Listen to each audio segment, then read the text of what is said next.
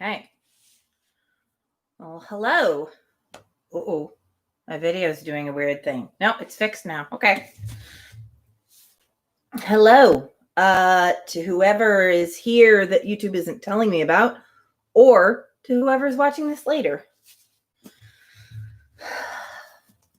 Welcome to another installment of the Isolated Literary Society presents Daily Austen.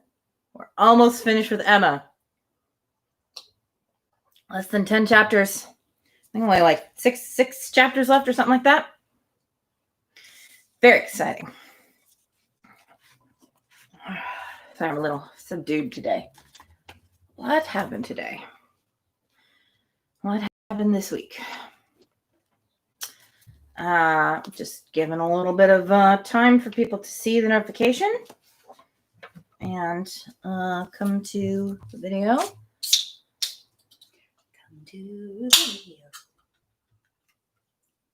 I'm gonna Did a little bit of that get you, Pepper? I'm sorry.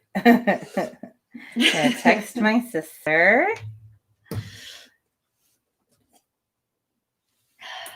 She's special. She gets a text reminder. Oh, good. Michelle, you're here. Excellent. I never know. YouTube sometimes just says 0 because if you guys minimize the video, which is totally fine. I just, I usually try to give about 2 minutes for people to maybe see the notification and show up. YouTube is unreliable. Let's see. So where are we?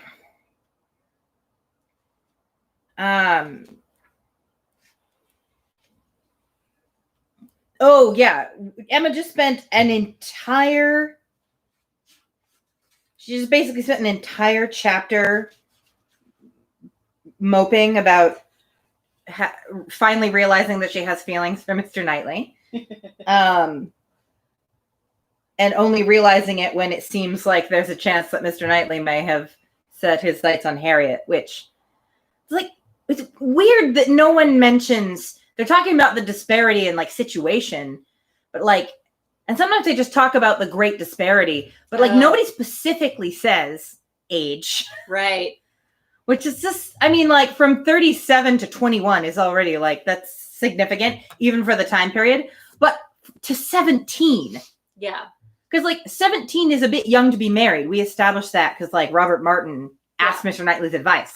Who is much closer to Harriet's age. Yeah. Do you think that I'm a little too old, you too young to settle down? And also, do you think she's a little too young to get married? Right. At 17. And isn't Robert Martin 27 or something? No, I think he's 24. Oh, okay. He's significantly younger. Okay. Because 27 would be a normal. He's not as much older than Harriet as I was thinking. I was thinking he was 10 years older than Harriet. Yeah, no. But I think at that time period, that wouldn't have been that fits with everything else I've read from this time period with marriages and ages. That him being 24, I might think, am I a little young to settle down just yet? Yeah. But also, is this 17-year-old girl a little too young for me to make her my wife also? Right. Are we both a little too young for this arrangement? Yeah. But not, am I too old for her? But again, the disparity was different across classes and true. It growing. David will tell us whether that's true. Yes. Well, that was my understanding. Yeah. And also Emma did her main fear, or her biggest fear that she noted in the last chapter or whatever, was that if it were true, Mr. Knightley would not be the first older, wealthy man whose head was turned by a pretty young girl. I don't remember that being mentioned.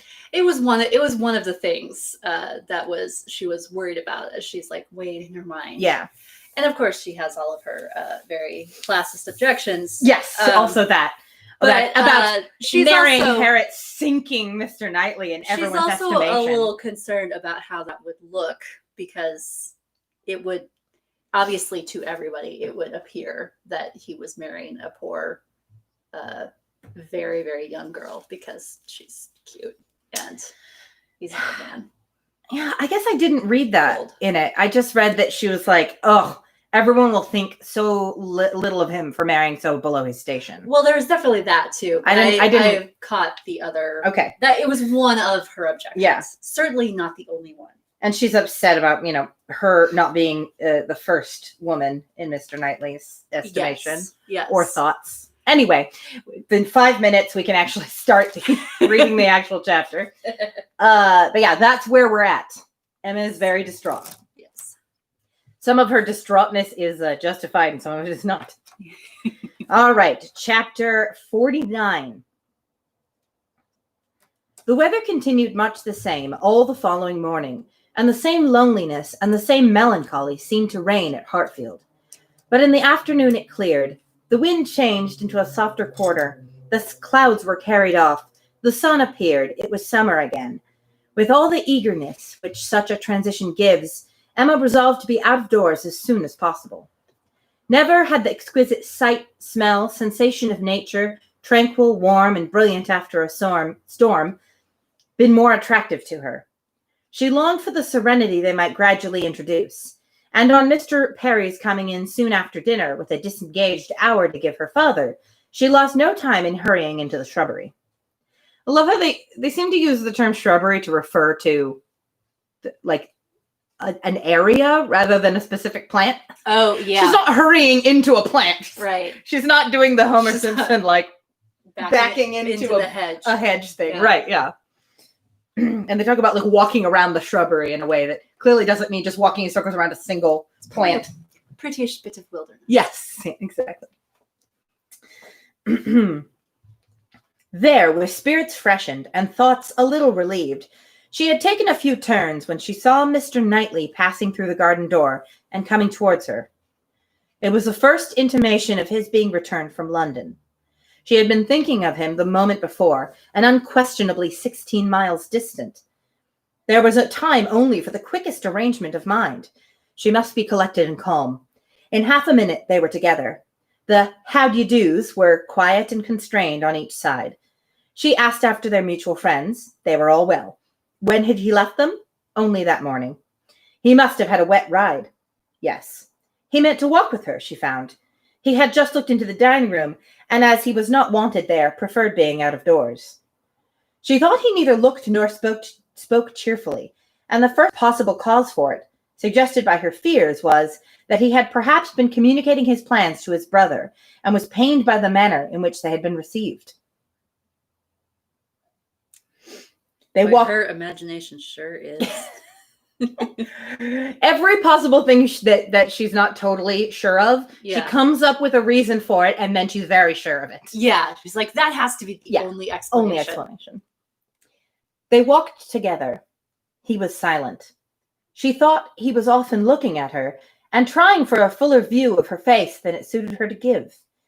And this belief produced another dread. Perhaps he wanted to speak to her of his attachment to Harriet. He could be watching for encouragement to begin. She could not feel equal to lead the way to any such subject. He must do it all himself. Yet she could not bear the silence. With him it was most unnatural. She considered, resolved, and trying to smile, began, "You have some news to hear now that you are come back. That will rather surprise you." "Have I?" said he quietly, and looking at her. "Of what nature?" "Oh, the best nature in the world. A wedding." After waiting a moment, as if to be sure she intended to say no more, he replied, "If you mean Miss Fairfax and Frank Churchill, I have heard that already." "How is it possible?" cried Emma, turning her glowing cheeks towards him, for while she spoke, it occurred to her that he might have called at Mrs. Goddard's in his way. "I had a few lines on parish business from Mr. Weston this morning, and at the end of them he gave me a brief account of what had happened." Of course he did. Emma was quite relieved, and could presently say with a little more composure, "You probably have been less surprised than any of us, for you have had your suspicions. I have not forgotten that you once tried to give me a caution. I wish I had attended to it. But," with a sinking voice and a heavy sigh, "I seem to have been doomed to blindness." For a moment or two nothing was said, and she was unsuspicious of having excited any particular interest, till she found her arm drawn within his, and pressed against his heart, and heard him thus saying in a tone of great sensibility, speaking low, "Time, my dearest Emma, Time will heal the wound. Your own excellent sense, your exertions for your father's sake. I know you will not allow yourself. Her arm was pressed again, and as he added in a more broken and subdued accent, the feelings of the warmest friendship, indignation, abominable scoundrel. And in a louder, steadier tone, he concluded with, he will soon be gone. They will soon be in Yorkshire. I am sorry for her. She deserves a better fate. Hello, Esty. Hi, Aaron. Sorry that you guys were a little bit late. It's okay though. All you have missed is that Emma is entirely convinced that Mr. Knightley is in love with Harriet, and now that he has returned from London, somewhat suddenly, she is dreading his announcement of this fact. And also, she sighed deeply on the subject of Frank Churchill, just because it was a reminder of how blind she has been about Mr. Knightley, and he is clearly interpreted it as her being sad about Frank Churchill. Yes. Emma understood him. At least, for once, she understands something. And as soon as she could recover from the flutter of pleasure excited by such tender consideration, replied, "You are very kind, but you are mistaken, and I must set you right. I am not in want of that sort of compassion. My blindness to what was going on led me to act by them in a way that I must always be ashamed of, and I was very foolishly tempted to say and do many things that may well lay me open to unpleasant conjectures, but I have no other reason to regret that I was not in on the secret earlier." "Emma," cried he, looking eagerly at her, "are you indeed—" but checking himself, No, I understand you. Forgive me. I am pleased you can say even so much. He is no object of regret indeed, and it will not be very long, I hope, before that becomes the acknowledgment of more than your reason. Fortunate that your affections were not further entangled. I could never, I confess, from your manners, assure myself as to the degree of what you felt. I could only be certain that there was a preference, and a preference which I never believed him to deserve. He is a disgrace to the name of man. And is he to be rewarded with that sweet young woman? Jane, you will be a miserable creature. All right, Mr. Woodhouse. Wow. Rein it in. Sometimes he does very much act his age. Yeah. Yeah, those 37-year-olds. Ugh. Yeah. So stuck in their ways. Yes. So judgmental of the younger folk. Indeed. Mr. Knightley, said Emma, trying to be lively but really confused, I am in a very extraordinary situation. I cannot let you continue in your error, and yet perhaps, since my manners gave you such an impression, I have as much reason to be ashamed of confessing that I never have been at all attached to the person we are speaking of, as it might be natural for a woman to feel in confessing exactly the reverse. But I never have. He listened in perfect silence. She wished him to speak, but he would not. She supposed she must say more before she were entitled to his clemency, but it was a hard case to be obliged still to lower herself in his opinion. She went on, however. I have very little to say for my own conduct. I was tempted by his attentions, and allowed myself to appear pleased. An old story, probably, a common case, and no more than has happened to hundreds of my sex before, and yet it may not be the more excusable in one who sets up as I do for understanding. Many circumstances assisted the temptation. He is the son of Mr. Weston. He was continually here. I always found him very pleasant. And in short, with a sigh, let me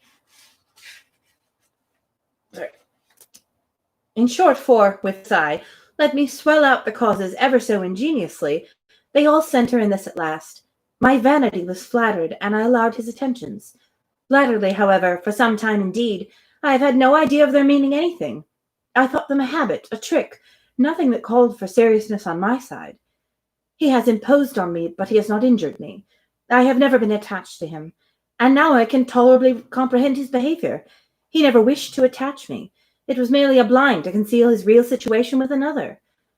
It was his object to blind all about him, and no one, I am sure, could be more effectually blinded than myself, except that I was not blinded, that it was my good fortune, that, in short, I was somehow or other safe from him. She had hoped for an answer here, for a few words to say that her conduct was at least intelligible, but he was silent, and as far as she could judge, deep in thought. At last, and tolerably in his usual tone, he said, "I have never had a high opinion of Frank Churchill. I can suppose, however, that I may have underrated him. My acquaintance with him has been but trifling, and even if I have not underrated him hitherto, he may yet turn out well. With such a woman, he has a chance. I have no motive for wishing him ill, and for her sake, whose happiness will be involved in his good character and conduct, I shall certainly wish him well." "I have no doubt of their being happy together," said Emma. "I believe them to be very mutually and very sincerely attached." "He is a most fortunate man," returned Mr. Knightley with energy. "So early in life, at 23, a period when, if a man chooses a wife, he generally chooses ill. At 23 to have drawn such a prize. What years of felicity that man, in all human calculation, has before him. Assured of the love of such a woman, the disinterested love, for Jane Fairfax's character vouches for her disinterestedness." What does that mean? I think he hasn't quite caught on that part of her personality, or her part of her behavior over the last couple of months, I guess, was affected by her trying to hide her feelings. Right, yeah. He's just like, well, but it'll probably be very disinterested sort of love, because she's sort of a disinterested person. I'm wondering if that's a synonym for, like, did they use that synonym for shy or something? Oh, I think it's kind of like sort of someone who just sort of doesn't have very strong opinions about anything. Just sort of just amenable. Like a calm, passionless sort of person. Yeah. Just sort of, quiet and just like, I'm sort of fine with whatever. I can see easygoing, but sort of a negative way of describing it. I don't know. Yeah, I mean, it certainly sounds negative. Yeah. It sounds negative when they describe Jane that way. Yeah. Mr. Darcy describes Jane that way. Oh, that's right. Sort of going along with whatever. Like, yes, this is fine, but not like really invested. Yeah. Anyway, assured of the love of such a woman, the disinterested love for Jane Fairfax's character vouches for her disinterestedness. Everything in his favor, equality of situation, I mean, as far as regards society, and all the habits and manners that are important, equality in every point but one, and that one, since the purity of her heart is not to be doubted, such as must increase his felicity, for it will be his to bestow the only advantages she wants. A man would always wish to give a woman a better home than the one he takes her from, and he who can do it, where there is no doubt of her regard, must, I think, be the happiest of mortals. Frank Churchill is, indeed, the favorite of fortune. Everything turns out for his good.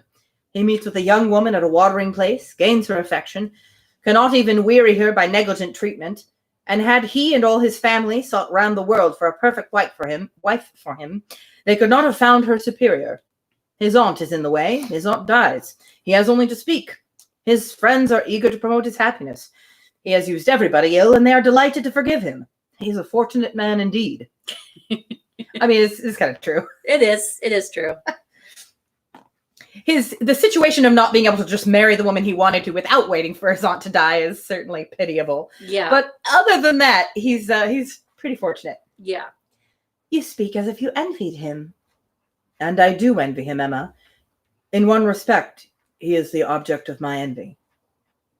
Emma could say no more. They seemed to be within half a sentence of Harriet, and her immediate feeling was to avert the subject if possible.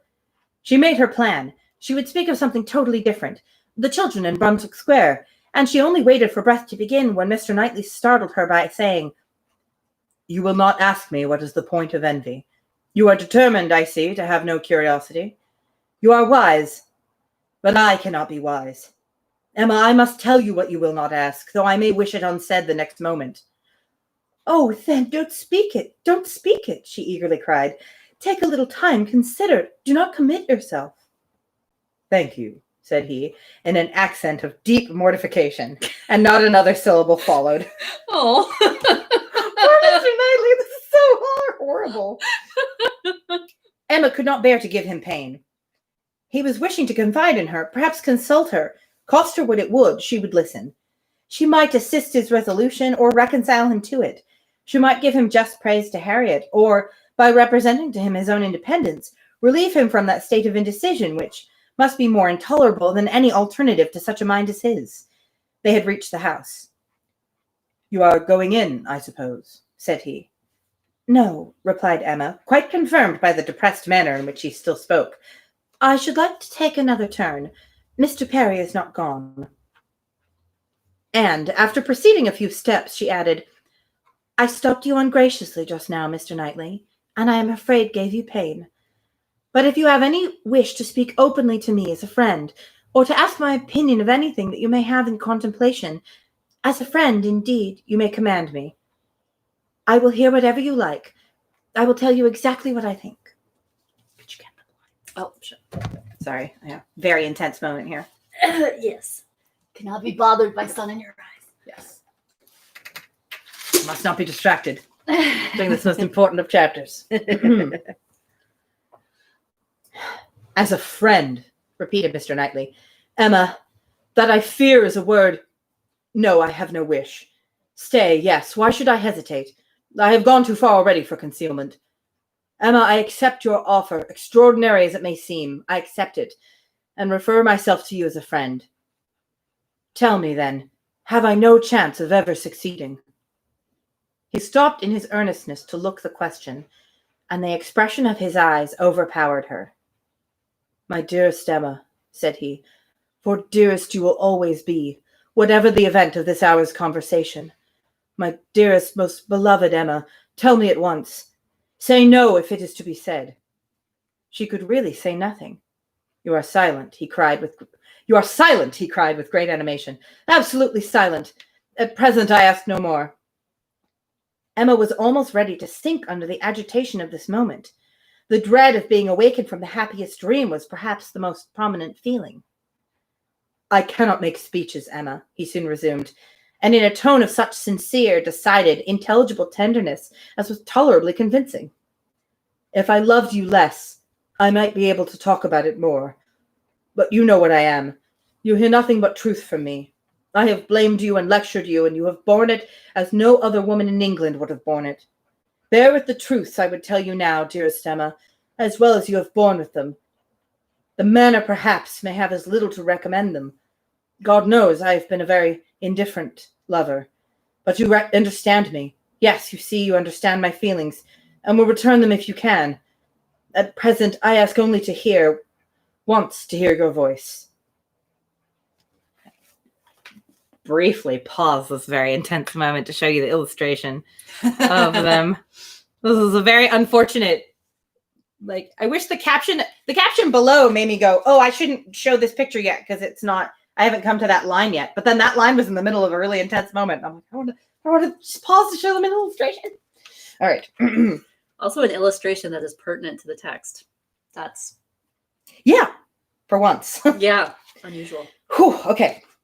While he spoke, Emma's mind was most busy, and with all the wonderful velocity of thought, had been able, and yet without losing a word, to catch and comprehend the exact truth of the whole, to see that Harriet's hopes had been entirely groundless, a mistake, a delusion, as complete a delusion as any of her own, that Harriet was nothing, that she was everything herself, though what she had been saying relative to Harriet had been all taken as the language of her own feelings, and that her agitation, her doubts, her reluctance, her discouragement, had been all received as discouragement from herself.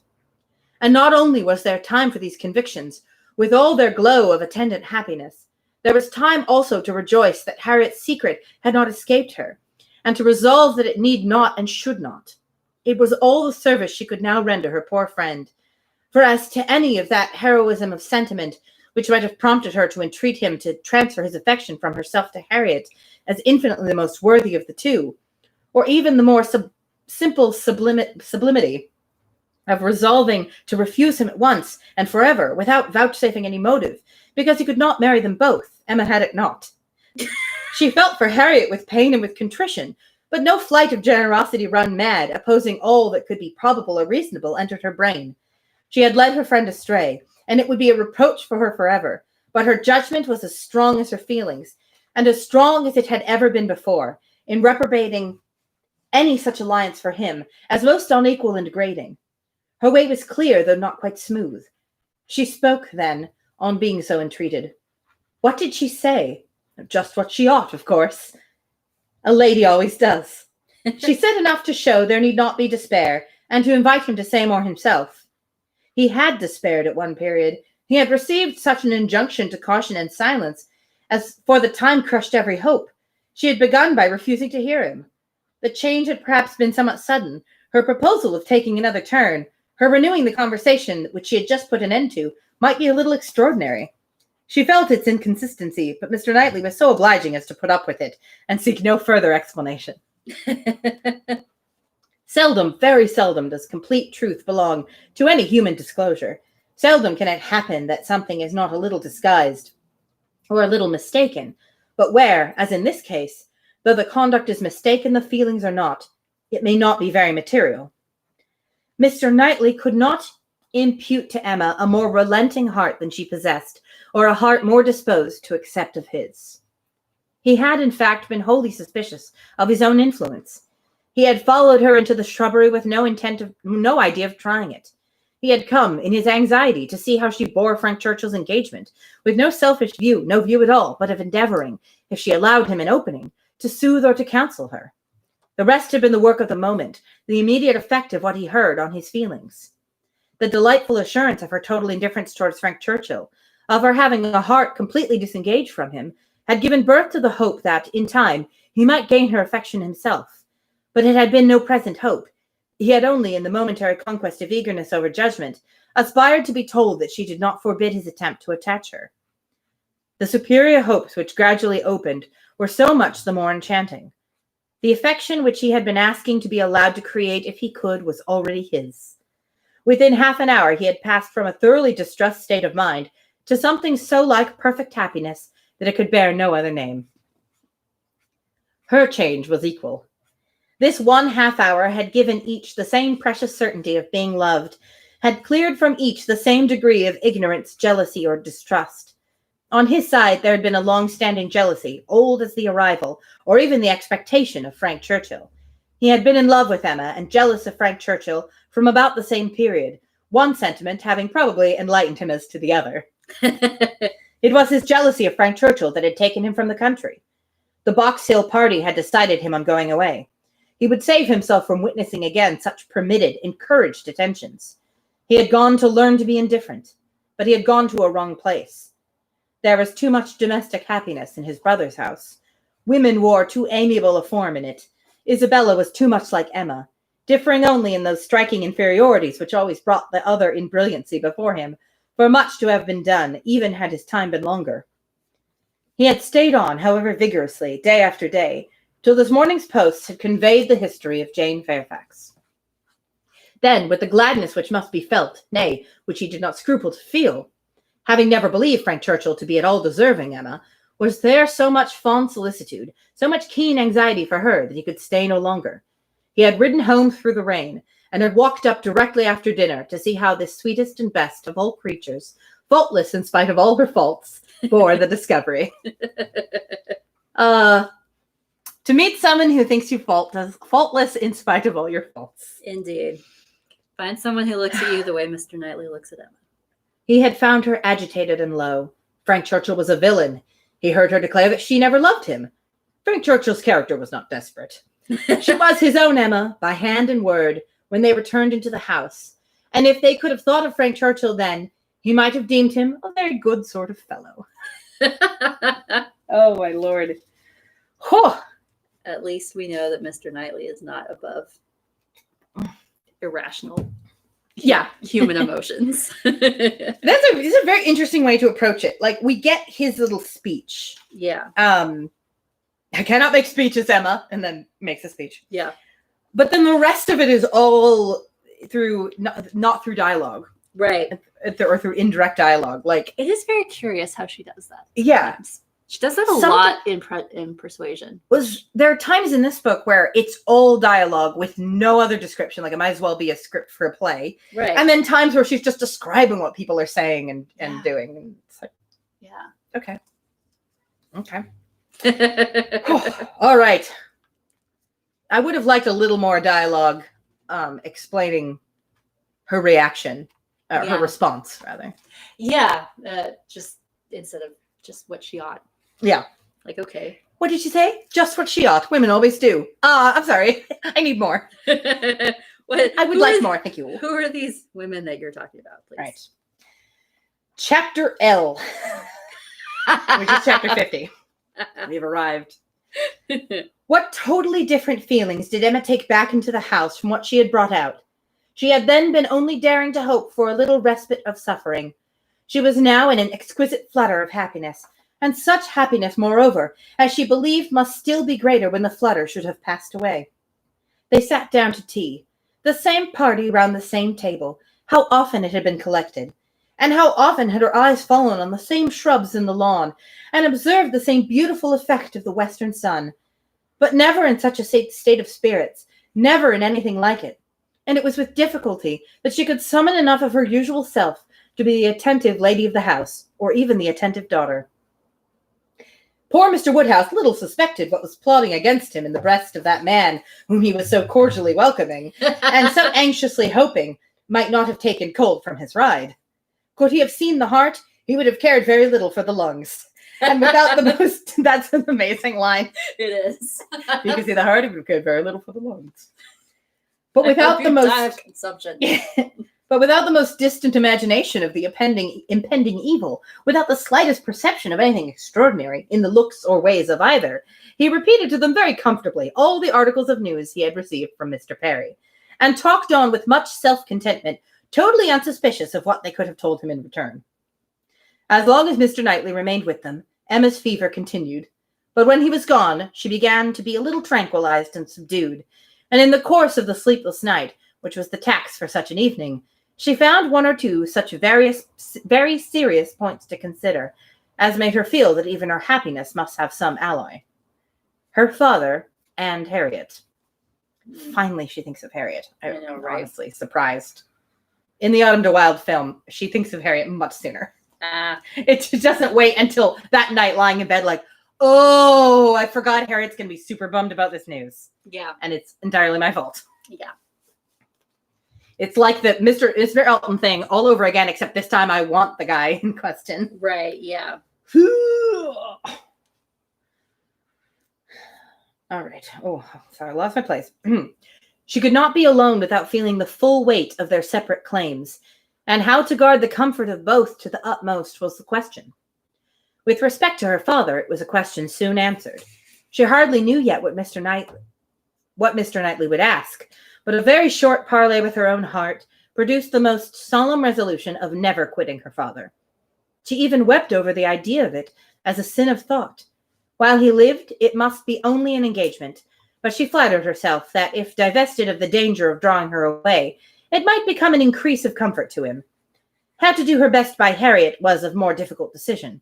How to spare her from any unnecessary pain. How to make her any possible atonement. How to appear least her enemy. At least she's thinking of it in a reasonable way. She's not going, oh, she'll get over it. Right, She realizes the weight of the situation. Yeah.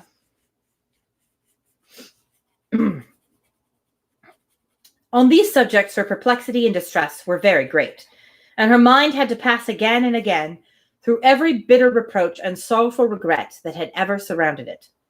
She could only resolve at last that she would still avoid a meeting with her, and communicate all that need be told by letter, that it would be inexpressibly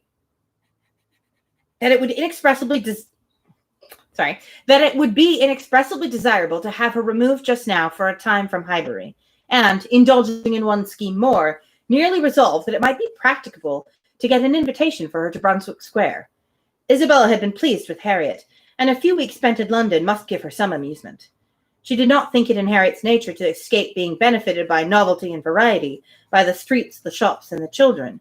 At any rate, it would be a proof of attention and kindness in herself, from whom everything was due, a separation for the present, an averting of the evil day when they must all be together again.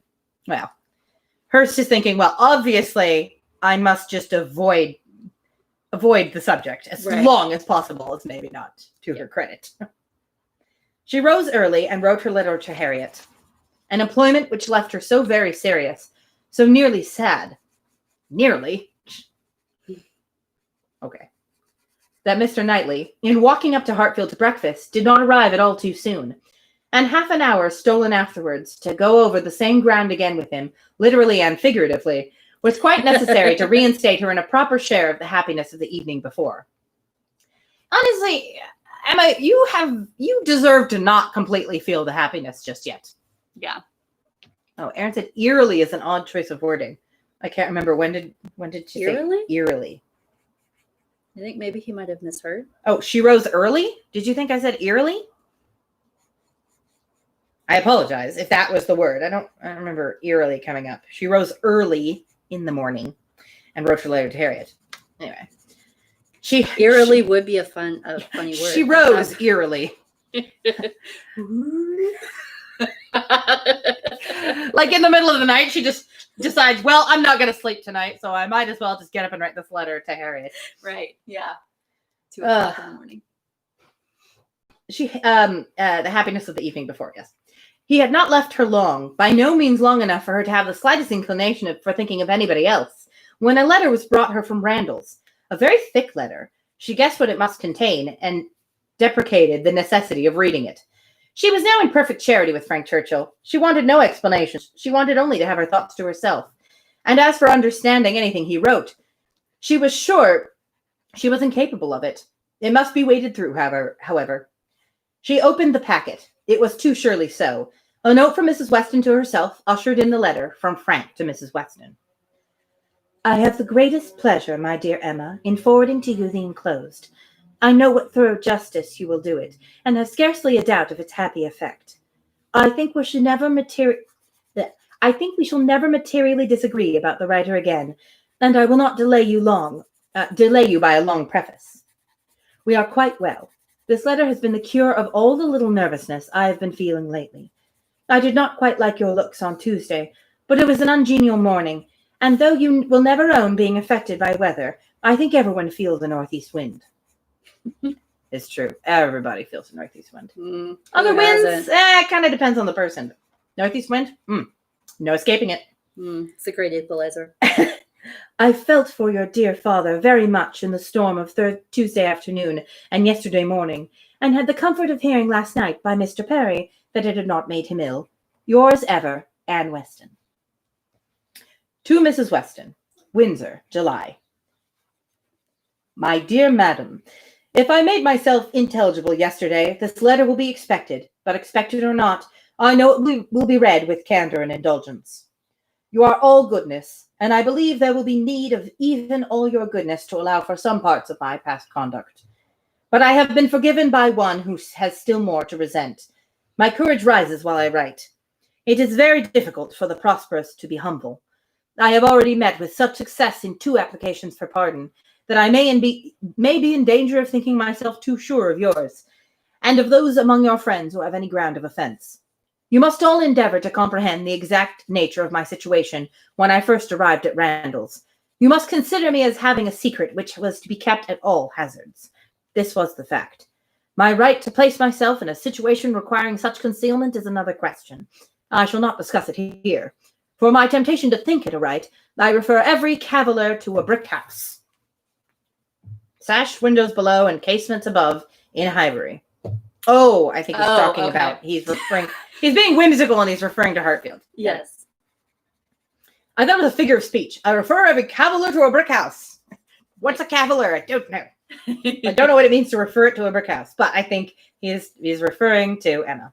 I dared not address her openly. My difficulties in the then state of Enscombe must be too well known to require definition, and I was fortunate enough to prevail, before we parted at Weymouth, and to induce the most upright female mind in the creation to stoop in charity to a secret engagement.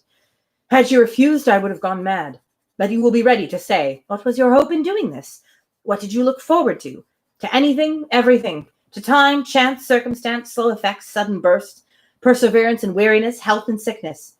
Every possibility of good was before me, and the first of blessings secured in obtaining her promises of faith and correspondence. If you need further explanation, I have the honor, my dear madam, of being your husband's son, and the advantage of inheriting a disposition to hope for good, which no inheritance of houses or lands can ever equal the value of. Oh, that's sweet. See me then under these circumstances, arriving on my first visit to Randall's, and here I am conscious of wrong, for that visit might have been sooner paid. You will look back and see that I did not come till Miss Fairfax was in Highbury, and as you were the person slighted, you will forgive me instantly. But I must work on my father's compassion by reminding him that so long as I absented myself from his house, So long I lost the blessing of knowing you. My behavior during the very happy fortnight which I spent with you did not, I hope, lay me open to reprehension, excepting on one point. And now I come to the principal, the only important part of my conduct, while belonging to you, which excites my own anxiety, or requires very solicitous explanation. He does make a really good point that his staying away from his father's house for so long looks even worse in retrospect since he didn't come until Jane was there. Yeah. Like, I didn't actually think about that. Yeah. Like, his finally coming to Highbury absolutely coincided with Jane. Oh, yeah. It's like, Absolutely. oh, yeah. I'm glad he at least addressed it and was like, sorry for that. It was already shitty, and this makes it look even worse. Yeah. Yep. The optics are not great on my behavior. But now I come to the principal, the only part of my conduct while belonging to you which excites my own anxiety or requires very solicitous explanation. With the greatest respect and the warmest friendship do I mention Miss Woodhouse. My father, perhaps, will think I ought to add, with the deepest humiliation. While few words which dropped from him yesterday spoke his opinion, and some censure I acknowledge myself liable to, my behavior to Miss Woodhouse indicated, I believe, more than it ought. In order to assist a concealment so essential to me, I was led on to make more than an allowable use of the sort of intimacy into which we were immediately thrown.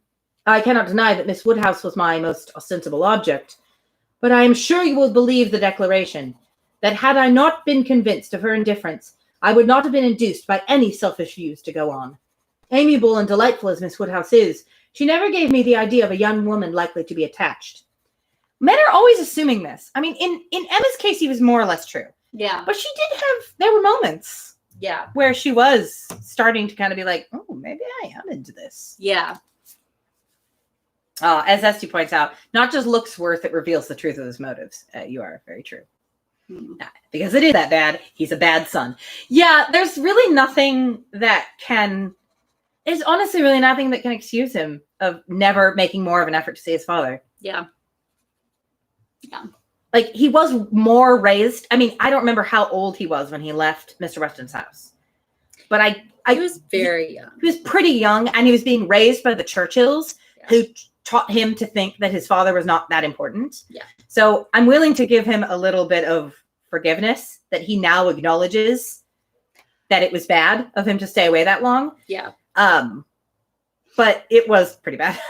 It was bad. But at the time he's what, 23, they say? It's like, yeah. By the time you were 23, maybe you should start to think, I really should go on at least one visit to my father. Yeah. It's, I'm 23. I left his house when I was like 10 at most. I should definitely go see him. Anyway. Yeah. Anyway, it's your opinions on Frank Churchill must be your own. We must all come to our own decision about whether he is forgiven or not. Yes. And for how much. Also, but yeah, this is just reminding me of Mr. Darcy being like, yeah, she's not likely to become, Jane doesn't seem right. Likely. I figured that was easily touched. Yeah. Like, why am I just always assuming this about women? In Emma's case, he was only half right. Yeah. If he was going to pick a woman in Highbury to flirt with, to deflect suspicion, Emma was probably the best choice. Right. Imagine if he'd flirted with Harriet. Like, she would have fallen in love with him immediately. Yeah. And been absolutely heartbroken. So, yeah. Still. Yeah. Stop assuming you know what women are thinking. Yes.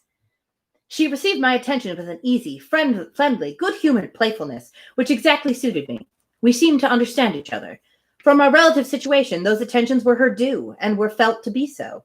Whether Miss Woodhouse began really to understand me before the expiration of that fortnight, I cannot say.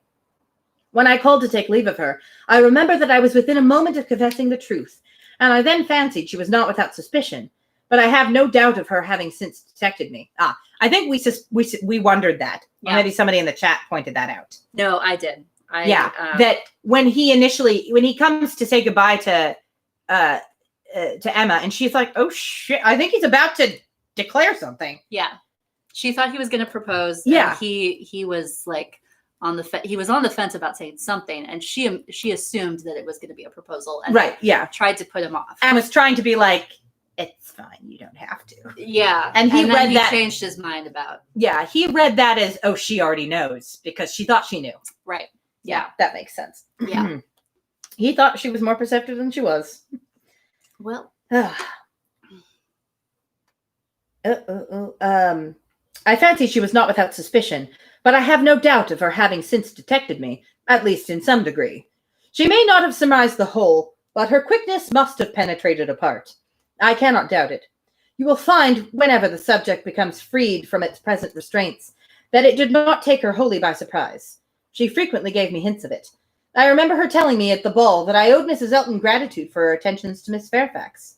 I hope this history of my conduct towards her will be admitted by you and my father as great extenuation of what you saw amiss. While you considered me as having sinned against Emma Woodhouse, I could deserve nothing from either. Acquit me here, and procure for me, when it is allowable, the acquittal and good wishes of that said Emma Woodhouse, whom I regard with so much brotherly affection, as to long to have her as deeply and as happily in love as myself. Whatever strange things I said or did during that fortnight, you have now a key to. My heart was in Highbury, and my business was to get my body thither as often as might be, and with the least suspicion. If you remember any queerness, set them all to the right account. Of the pianoforte so much talked of, I feel it only necessary to say that its being ordered was absolutely unknown to Miss F., who would never have allowed me to send it, had any choice been given her. The delicacy of her mind throughout the whole engagement, my dear madam, is much beyond my power of doing justice to. You will soon, I earnestly hope, know her thoroughly yourself. No description can describe her. She must tell you herself what she is, yet not by word, for never was there a human creature who would so designedly suppress her own merit. Since I began this letter, which will be longer than I foresaw, I have heard from her. She gives a good account of her own health, but as she never complains, I dare not depend. I want to have your opinion of her looks. I know you will soon call on her. She is living in dread of the visit. Perhaps it is paid already. Let me hear from you without delay. I am impatient for 1,000 particulars. Remember how few minutes I was at Randall's, and in how bewildered, how mad a state. I am not much better yet, still insane either from happiness or misery. When I think of the kindness and favor I have met with, of her excellence and patience, of my uncle's generosity, I am mad with joy. But when I recollect all the uneasiness I occasioned her, and how little I deserve to be forgiven, I am mad with anger. If I could but see her again. But I must not propose it yet. My uncle has been too good for me to encroach. I must still add to this long letter. You have not heard all that you ought to hear. I could not give any connected detail yesterday, but in the suddenness and, in one light, the unseasonableness with which the affair burst out needs explanation. For though the event of the 26th ULT period, ultimate? ULT. Ultimatum? No idea. As you will conclude, immediately opened to me the happiest prospects, I should not have presumed on such early measures, but from the very particular circumstances which left me not an hour to lose. I should myself have shrunk from anything so hasty, and she would have felt every scruple of mine with multiplied strength and refinement, but I had no choice. The hasty engagement she had entered into with that woman, here, my dear madam, I was obliged to leave off abruptly, to recollect and compose myself. I have been walking over the country, and am now, I hope, rational enough to make the rest of my letter what it ought to be. It is, in fact, a most mortifying retrospect for me. I behaved shamefully, and here I can admit that my manners to Miss W, in being unpleasant to Miss F, were highly blamable. She disapproved them, which ought to have been enough. My plea of concealing the truth she did not think sufficient. She was displeased, I thought unreasonably so. I thought her, on 1,000 occasions, unnecessary, scrupulous, and cautious. I thought her even cold, but she was always right. If I had followed her judgment and subdued my spirit to the level of what she deemed proper, I should have escaped the greatest unhappiness I have ever known. We quarreled. Do you remember the morning spent at Donwell? There, every little dissatisfaction had occurred before came to a crisis. I was late. I met her walking home by herself, and wanted to walk with her, but she would not suffer it. She absolutely refused to allow me, which I then thought the most unreasonable. Now, however, I see nothing in it but a very natural and consistent degree of discretion. While I, to blind the world to our engagement, was behaving 1 hour with objectionable particularity to another woman, was she to be consenting the next to a proposal which might have made every previous caution useless? Had we been met walking together between Donwell and Highbury, the truth must have been suspected. I was mad enough, however, to resent. I doubted her affection. I doubted it more the next day on Box Hill, when provoked by such conduct on my side, such shameful, insolent neglect of her, and such apparent devotion to Miss W as it would have been impossible for any woman of sense to endure. She spoke to me She spoke her resentment in a form of words perfectly intelligible to me. In short, my dear madam, it was a quarrel blameless on her side, abominable on mine, and I returned the same evening to Richmond, though I might have stayed with you till the next morning, merely because I was as angry with her as possible. Even then, I was not such a fool as not to mean to be reconciled in time, but I was the injured person, injured by her coldness, and I went away, determined that she should make the first advances. All right, I'm just going to take a little break here because this letter just goes on, and there's no break until the end of the chapters. I've got another page and 3/4 of this, and I just needed a moment to read what Esty said in the chat. I'm of an age where I see in Frank Churchill all the pretty, charismatic boys who get away with everything, and like Mr. Knightley, find him objectionable. Yeah, I think that what Jane Austen was trying to do with this letter was apologize to the reader for all of Frank Churchill's behavior and be like, look, he's apologizing. It's okay. Don't be mad. He's totally good for Jane and they'll be happy together. And he's realized all of his ills. And in real life, someone can't just go, oh, I see now. I was an asshole. Forgive me. And you go, sure. But in the book, I think that is what Jane Austen is hoping that we will do. Yeah. He has realized now that he made mistakes and he has apologized for them. And therefore, we should be so kind as to accept his apologies. Yeah. And she does make him go into more detail. He doesn't just go, ooh, my bad, sorry. Yeah. He shows that he understands why what he did was wrong. Yeah. In pretty much every case. Right. In how he treated Emma, in how he treated Mr. and Mrs. Weston, and how he treated Jane. Yeah. In how he kind of treated the whole community. Yeah. I think it's a little you've read Sense and Sensibility, right? No, I've only seen the movie. Okay, never mind. The one movie. And I haven't, just the Emma Thompson one. Yeah. And it's been ages since I saw it, so I don't remember much except who ends up with who. That's about all I recall. Never mind. It's just reminding me of the part near the end of that. But all right. Well, if you have read Sense and Sensibility, maybe you know what Carolyn is referring to. Yes. Okay, let's get back to Frank's letter. He is verbose. Yes. Much like his father. I shall always congratulate myself that you were not of the Box Hill party. Had you witnessed my behavior then, I can hardly suppose you would have ever thought well of me again. Its effect upon her appears in the immediate resolution it produced. As soon as she found out I was really gone from Randall's, she closed with the offer of that officious Mrs. Elton, the whole system of whose treatment of her, by the by, has ever filled me with indignation and hatred. I think on that point we can agree with him. I must not quarrel with the spirit of forbearance which has been so richly extended towards myself, but otherwise I should loudly protest against the share of it which that woman has known. Jane, indeed. You will observe that I have not yet indulged myself in calling her by that name, even to you. Think, then, what I have endured in hearing it bandied between the Eltons, with all the vulgarity of needless repetition, and all the insolence of imaginary superiority. Have patience with me. I shall soon have done. Okay. Will you insist? Will you, though? Will you, though? She enclosed with this offer, resolving to break with me entirely, and wrote the next day to tell me that we were never to meet again. She felt the engagement to be a source of repentance and misery to each. She dissolved it. This letter reached me on the very morning of my poor aunt's death. I answered it within the hour, but from the confusion of my mind and the multiplicity of business falling on me at once, my answer, instead of being sent with all the many other letters of that day, was locked up in my writing desk, and I, trusting that I had written enough, though but a few lines to satisfy her, remained without any uneasiness.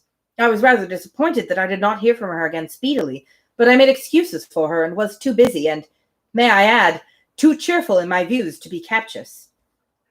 We removed to Windsor, and 2 days afterwards I received a parcel from her, my own letters all returned, and a few lines at the same time by the post, stating her extreme surprise at not having had the smallest reply to her last, and adding that as silence on such a point could not be misconstrued, as it must be equally desirable to both to have every subordinate arrangement concluded as soon as possible, she now sent me by a safe conveyance all my letters, and requested that if I could not directly command hers, so as to send them to Highbury within the week, I'd forward them after that period to her at long line, which indicates the place she is moving to, which for some reason Jane Austen refuses to say.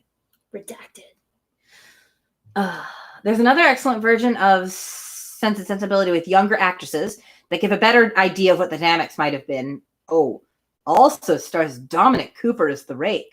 Yep. I am intrigued. I am engaged. Let us watch it immediately. I've been trying to find it because I prefer that one too.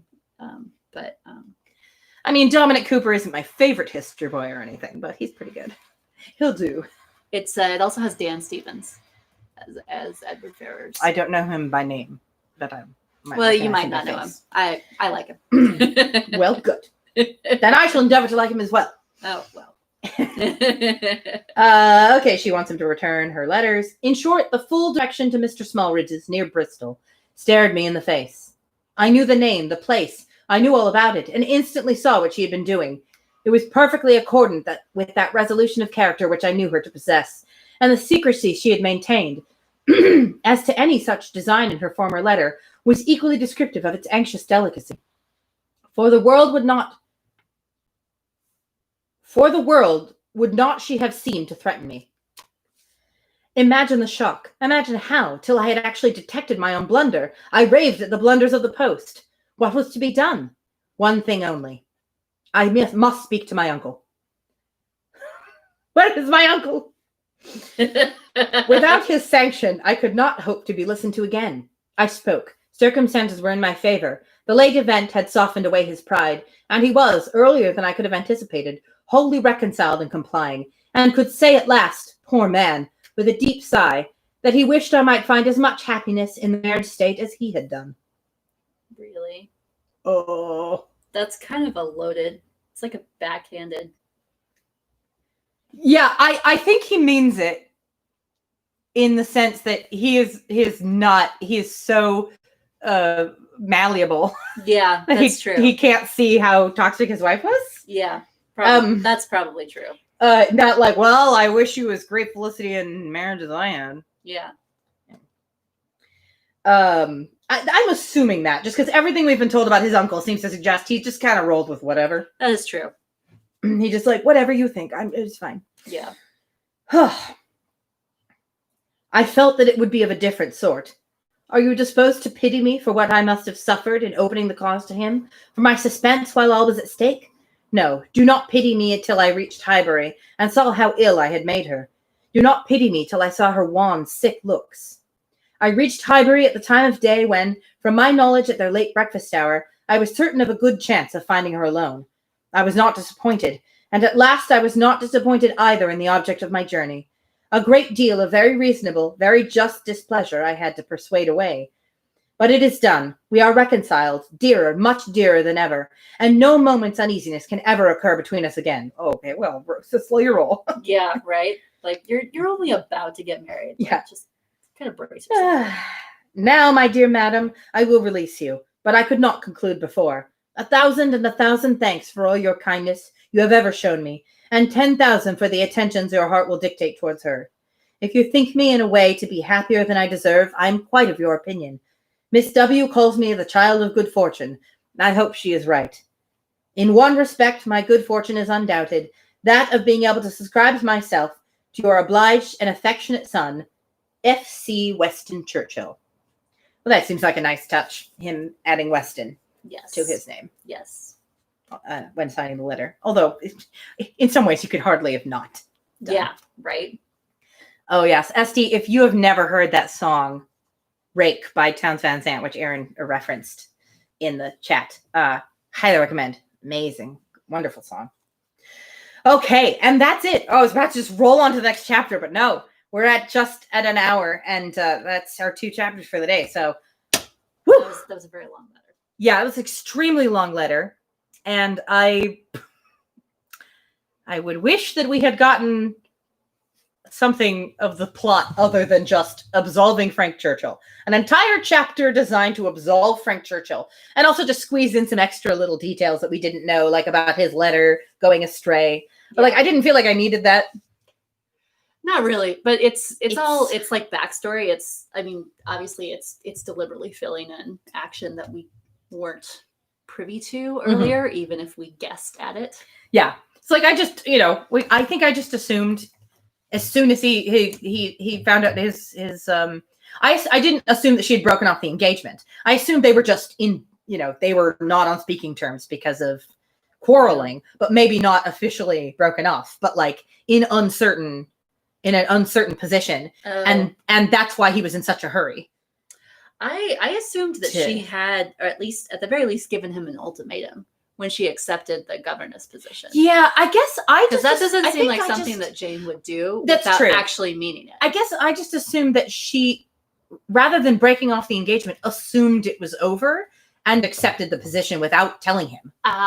That's kind of what I assumed. That's fair. Yeah. Which this works just as well. I felt like I didn't necessarily need it. Yeah. Oh, it does explain why Jane became so gravely ill, Esty points out, because it seems like he ghosted her. It seemed to her as if he ghosted her, which that would be really harsh. Yeah. Her writing him a letter and being like, I can't remember now what she said in her letter, but it was basically like, oh, he just said that she expressed extreme surprise at having no response, which is basically no. Her letter that he didn't seem to respond to. The one where she said it's all over and here are my letters and no. That was the response to him not sending a letter. Oh, I can't remember what she said in the initial letter that he then wrote just a few lines, and then she said something about how it seems like at this point it would be better if we had not become engaged. Maybe we should just not be engaged. Yeah, I proposed that we dissolve the engagement. Yeah. And she expected to hear back from him. And maybe was hoping that he'd be like, no, everything's fine. And in fact, he did. He said, no, it's great. My aunt's dead. Everything's fine now. We can be proper engaged, for reals engaged. And instead, she received no response, which seemed like, well, that's it then. Yeah. And he didn't even do me the decency of sending me a response to be. God, how awful that must have been with that sort of thing. I mean, just imagine sending someone a really important letter. Yeah. And then not receiving a response. And you don't know if it got misdirected because they wrote the direction very ill or something, like you just would have no way of knowing. Yeah. What do you do? Write them a second letter and being like, hey, I didn't receive a response to my last letter. And so I need you to clarify, please. That's actually, please send another letter. There's that one British series. I don't know how much time we have, but there's that one British series that it's the main reason I do want to get a BritBox account because I think that's the only place you can watch it. It's called As Time Goes By. Is that the one with that has time travel in it? No. Oh, okay. Never mind. It's Judi. No, that's a movie. Judi Dench. It's a series. It's Judi Dench and I forget the guy's name, like our Palmer, someone. Anyway, it's about two young people who meet in the Korean War, and they have this like passionate love affair, but then like they get transferred to different, like she's a nurse and he's a soldier, and they get transferred to different locations, and he immediately writes to her from his new location, but blah blah blah, it gets lost in the post. She assumes that he's ghosted her, and so the series picks up. The series starts with them meeting again much later in life. They've both been married. Her husband died, and he eventually divorced. They've had lives. Like they've had these whole lives, and they sort of randomly meet again. And it's like there's all this. This sounds extremely. It's so like good. My jam. Honestly, it's so good. But they have a lot of Don't tell me anymore because I'm sold already. Michelle also agrees that it's a great show. It is. And Dusty has pointed out Jane Austen's favorite plot point, the importance of a good letter. That is very true. It's bad enough these days when sometimes you like text or message somebody and they don't respond because they like missed it or they saw it and thought they'd responded to it and forgot. Like, how not much gonna lie, worse must it have been when I made the people mistake had of less to do, and had to wait more time. Oh God! Like you had less to distract yourself with, and you had to wait longer to hear replies. Although now you're more accustomed to receiving an immediate response. That is true. So every moment seems agonizing. And I have to say, in these books, the post seems to be really, really on point. Like it's fast. Yeah, it does seem like the post is as fast as the story needs it to be. Well, that is true. That's true. Maybe it might have been very different in real life, but she was stretching the reality a little bit. That's possible. But so, I know sometimes letters arrive at just the right time. Like That is true. You know, she comes up with the whole thing about Jane's letter being misdirected in Pride and Prejudice as an excuse for her to get the 2 letters with the 2 pieces of information about. That is true. So that Elizabeth doesn't have to wait between the revelation that Lydia has run away and the confirmation that she for real ran away and then cannot get her back. That would be interesting to. I'm sure someone has written their thesis on the importance of the post in Jane Austen or in literature in general. Yeah, definitely. Aaron said been there, and I once made the mistake of if it was not asking the person out, it was definitely making what I thought was a very obvious effort to take our friendship to another level, as it were, and he did not respond. 24 hours later, I felt pressed to say, it's cool if the answer is no. We can be friends. That's cool. That's fine. It wasn't fine, but I said it was fine. Right. And then he was like, oh, God, I'm so sorry. I saw your message and I thought I had responded to it, but I forgot, because he read it. He did not read it as an entreaty to change the nature of our friendship, because he's an idiot. Because it was very obvious, I think. There you go. But, sometimes people are clueless. Sometimes people Anyway, this is not about me. On that note, to wrap up the video for today, we have 5 chapters left. So it'll either be 2 or 3 more days, I would imagine, and then we shall finish. So don't miss the next couple of days. I mean, we will definitely be done by the end of this week. I can't imagine it taking 4 more days, but if it does, that will certainly wrap us up by the end of this week. So exciting. Don't miss any of the future streams. Go to the playlist or go to my list of upcoming streams and hit set reminder on all of them so you don't miss any of them. Anyway, thanks everyone for tuning in and watching and chatting in the chat. And thanks to anyone who sees this after the fact. I hope that you're still enjoying it without the live interaction part. And I still haven't decided what I'm going to do after this book is over. I'm definitely going to take a break, at least a week, possibly longer. We'll see how I feel. And then I would like to read another book. I actually just started reading 20,000 Leagues Under the Sea, and I'm only about a chapter and a half in, and I'm already like, maybe I should stop reading and save this as the next book on the stream, because it's in the public domain. And it's a classic that I think a lot of people have not read. However, there are parts of it that are very dry. Yes. Because Jules Verne was like, oh, you guys are going to want to know so much of this science. Let me explain everything about this boat to you. So there might... That's cool. Yeah. But like it reads as a bit incomprehensible now. So it might be a bit boring. I haven't decided. Unless you also are an aficionado of 19th century ocean-going gear. Boat. What do we want? Boat. When do we want it? Boat. That was for Michelle and Aaron. Boat face. It's a thing. It's a joke. But anyway, the point is, let me know if you have an opinion about me reading that book or not. Other than that, I will see you all tomorrow.